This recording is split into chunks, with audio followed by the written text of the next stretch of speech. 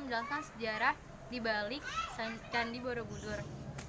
Candi ini termasuk ke dalam monumen Buddha terbesar di dunia, bahkan termasuk 7 keajaiban dunia. Candi ini terletak di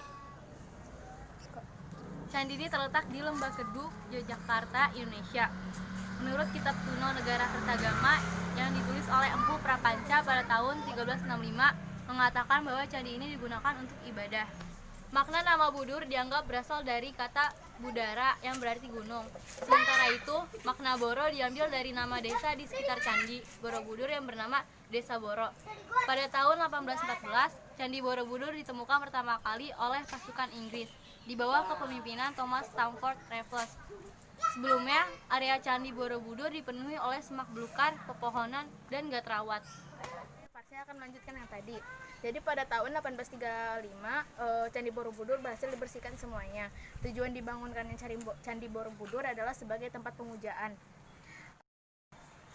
Pembangunan ini dimaksudkan agar manusia meninggalkan nafsu dunia dan menuju pencerahan Buddha. Pembangunan Candi Borobudur adalah berkonsep mandala yang mencerminkan alam semesta dan Buddha. Dalam Buddha terdapat 3 tingkatan di Candi Borobudur, yaitu Kamadhatu, Rupadhatu, dan Arupadhatu.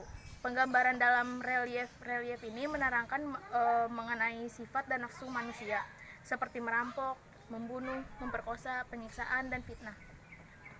Halo, perkenalkan nama saya Isa Isel dari kelas 11 IPS 4 dari kelompok 8.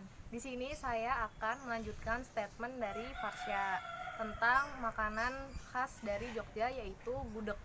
Gudeg di Yogyakarta ini dikenal dengan gudeg Yujum.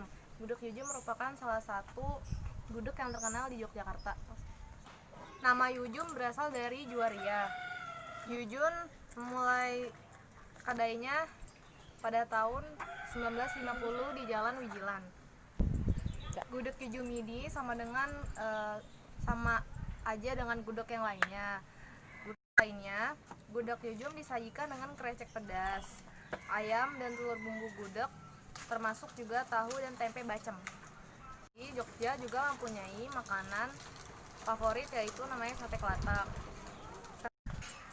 Di Jogja, sate kelatak itu terkenal dengan nama sate kelatak Pak Pong yang berada di Jalan Sultan Agung nomor 18, JJ Rayan 2, Wonokromo, Pleret, Kabupaten Bantul. Warung sate kelatak Pak Pong memiliki tempat yang cukup luas dan bisa untuk rombongan. Namun karena popularitasnya, terkadang Anda harus menunggu cukup lama karena pengunjung yang membludak, terutama pada akhir pekan atau masa-masa liburan. Selain sate kelatak Pak Pong, ada pula sate kelatak Pak Bari. Ini pun tak kalah populernya, bahkan menjadi tempat syuting film Ada Apa Dengan Cinta 2. Berikut ya, bersama dengan saya, Fitriya Nurtijana, saya akan memberitahu tentang tempat wisata-wisata yang terkenal di Yogyakarta.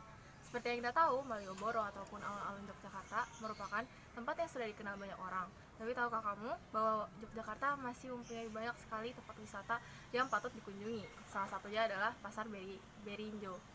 Pasar Berinjo itu masih berada di kawasan Malioboro, sehingga mudah sekali untuk dikunjungi setelah selesai berbelanja di Malioboro. Pasar Berinjo ini sudah ada sejak tahun 1758. Pasar tradisional ini terkenal dengan kulinernya. Pasar Berinjo ini terkenal dengan kulinernya yang bernama pecel kembang kuri. Setelah kamu mencobai pecel kembang kuri, kamu bisa dengan bebas berbelanja pakaian, kerajinan, ataupun yang lain-lainnya. Yang kedua ada Museum Benteng Fredebroek. Museum Benteng ini Museum Benteng Fredebroek juga masih berada di kawasan Malioboro. Hanya berjalan sekitar 350 meter ke arah selatan dari Pasar Beringharjo, maka Museum Benteng Fredebroek pun sudah sampai di depan mata. Museum di sini kita bisa melihat diorama-diorama yang menceritakan kisah perjuangan kemerdekaan Indonesia hingga menikmati makan siang di Industri Coffee, sebuah kafe yang berada di dalam benteng. Suasana klasik dan elegan begitu menyatu dengan bangunan kolonial di sekitarnya. Menu-menu yang disajikan oleh kafe ini pun beragam, mulai dari menu khas Indonesia hingga menu-menu dari Eropa. Yang ketiga ada 0 km. 0 km sangat cocok bagi kalian yang tertarik dengan dunia kesenian ataupun graffiti, karena di tempat 0 km kita bisa menemui dinding-dinding yang terhias dengan graffiti yang sudah dibuat oleh orang-orang di sekitarnya. 0 km juga menjadi tempat berkumpulnya anak muda Jogja, bahkan di hari-hari tertentu. Sering pula dijadikan tempat pergelaran seni oleh komunitas-komunitas seni Jogja.